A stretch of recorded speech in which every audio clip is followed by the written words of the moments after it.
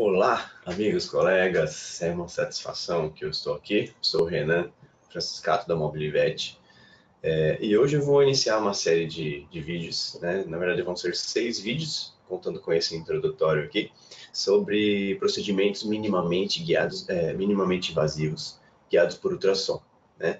Então, a ideia é fazer uma série de vídeos para falar alguns detalhes de como fazer, algumas orientações, o que dá para fazer, o que não dá, quais riscos envolvidos, o que é preciso entre materiais, sedação, todos os aspectos relevantes para que a gente possa fazer e utilizar da melhor maneira possível os procedimentos minimamente guiados por ultrassom na nossa prática na medicina veterinária com nossos pacientes, né? Então, eu vou compartilhar minha tela aqui para a gente ir seguindo o roteirinho aqui desse vídeo para vocês entenderem do que a gente vai falar rapidamente aqui. Muito bem. Então, procedimentos minimamente guiados, invasivos guiados por ultrassom, nada mais é do que uma técnica de realização de procedimentos que tem o mínimo de intervenção, o mínimo de dano ao seu paciente. Não é uma cirurgia, não tem uma incisão. Então, nós vamos usar agulhas. No caso da biópsia guiada, usa uma agulha um pouco mais grossa que tira um fragmento, né?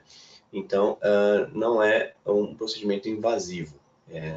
Não deixam grandes incisões nos órgãos, não deixam danos evidentes nos órgãos dos seus pacientes, né? Então, essa é a definição aí de procedimento minimamente invasivo.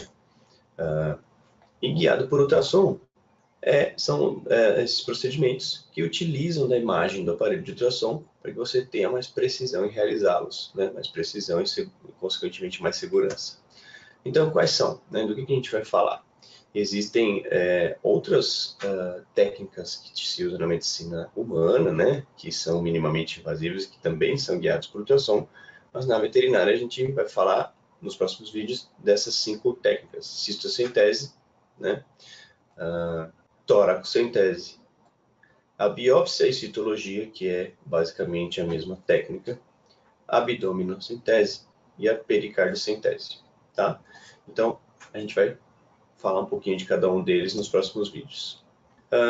E quais indicações? Então, a gente tem 2 tipos de indicação para fazer esses procedimentos, né? Uma são as terapêuticas. Então, você precisa fazer aquele procedimento para ajudar o seu paciente para tratar, né? Então, se tem muita ascite, você faz abdominocentese, você tem que tirar, descomprimir aquele abdômen. Toracocentese, mesma coisa, acessar ali o espaço pleural, né, para tirar líquido, ou às vezes até tirar ar, né, se for um pneumotórax.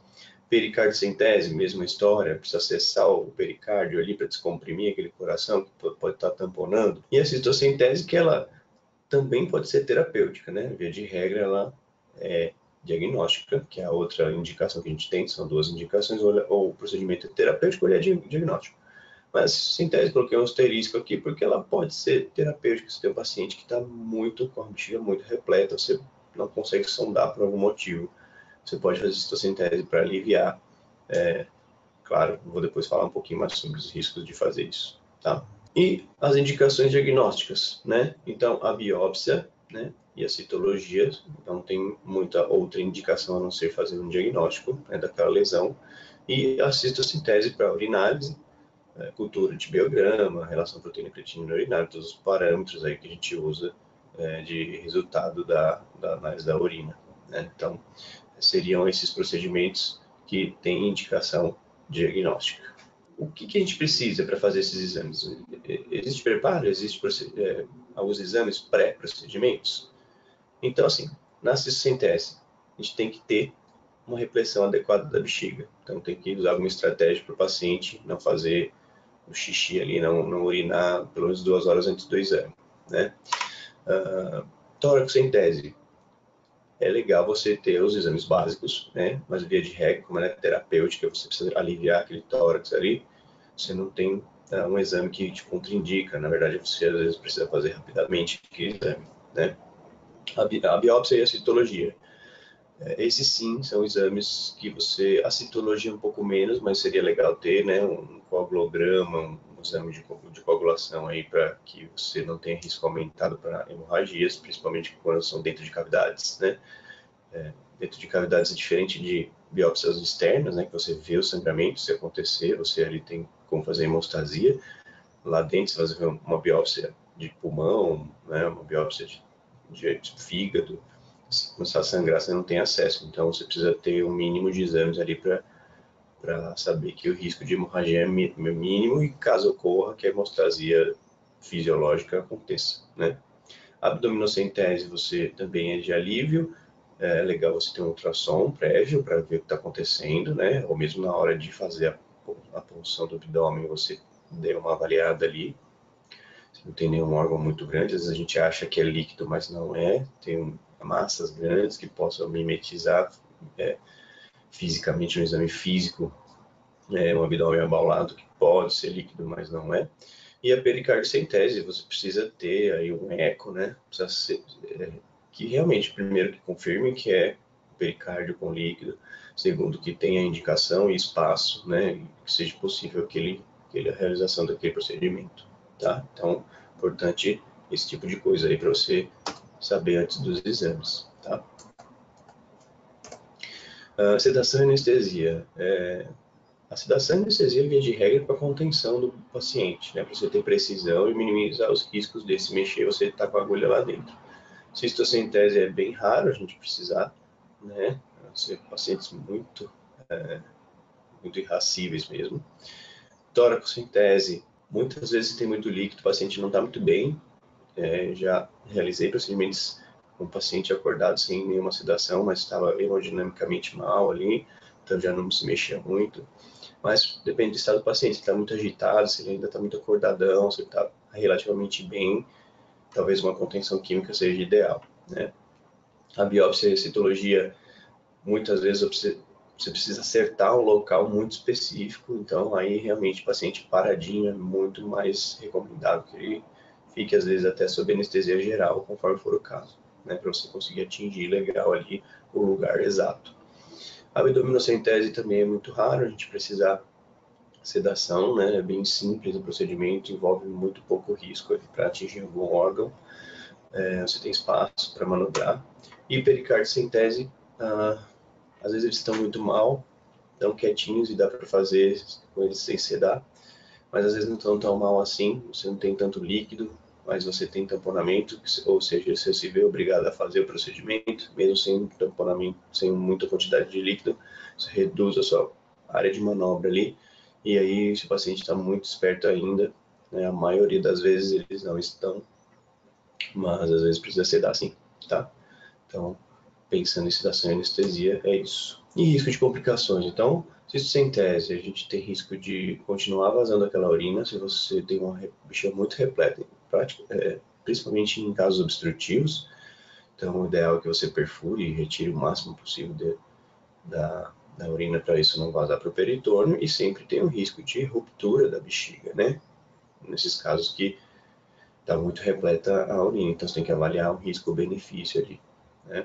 Sempre lembrando que tem que ter um termo de autorização para esses procedimentos, apesar de minimamente invasivos, né? Envolve algum risco, tudo que envolve algum risco precisa ter uma autorização de ciência do tutor sobre o procedimento. Toracocentese, sempre a gente pensa que o tórax é difícil, mas quando tem líquido, você não tem muitas estruturas próximas ali da parede do tórax, então o risco é mínimo, né? Na biópsia e na citologia sempre tem risco de hemorragia, porque você vai atingir órgãos, especialmente a biópsia que tira um fragmento, então o risco de atingir algum vaso, ou que aquele órgão mesmo, sangue, especialmente se for órgãos paricomatosos, fígado, rim, baço, né? Então a gente precisa saber que isso existe, por isso até de eu ter mencionado os exames de coagulação prévios. A abdominocentese é bem difícil de ter algumas complicações, e o pericárdio, a gente pode ter complicações, eu nunca passei por nenhuma delas, especialmente se a gente tiver o paciente acordado, né? Que ele possa se mexer ali durante o procedimento. Então, o risco também é mínimo, mesmo porque é só uma agulha, você não vai ser, vamos dizer assim, indelicado na hora de fazer esses procedimentos, especialmente quando você está próximo ao coração. Então, com o paciente quietinho e você sendo delicado, os riscos são mínimos, tá? Mas sempre há risco de funcionar onde você não queria, acertar um órgão onde você não previa, ou até um grande vaso, dar uma estudada na anatomia, ver por onde você vai passar, para ver se você não vai atingir nenhum grande vaso, e aí você minimiza os riscos. É isso, tá? Esse vídeo ele finaliza aqui, é só um teaserzinho de o que a gente vai falar. Lembrando que a gente vai ter um treinamento de ultrassom de emergências, né, que é a técnica FAST, no dia 6 de outubro aí, de manhã. A gente está estudando reservar um pouquinho do tempo desse curso que na teoria era só teórico, para a gente fazer um pouquinho de prática, né, que é muito importante aí nessa técnica FAST, dar uma boa acelerada na evolução de quem faz o curso. Legal? Então fico por aqui, agradeço a audiência, fiquem com a gente nos próximos vídeos, interajam nas nossas redes sociais, a gente está à disposição para atendê-los aí, sempre da melhor forma, tirar dúvidas que possam surgir durante os vídeos, tá? Vou deixar o contato aqui, para que vocês possam fazer a inscrição no nosso curso e que nos encontremos ali pessoalmente, que vai ser bem legal e divertido. Legal? Um grande abraço para vocês, então. Até o próximo vídeo.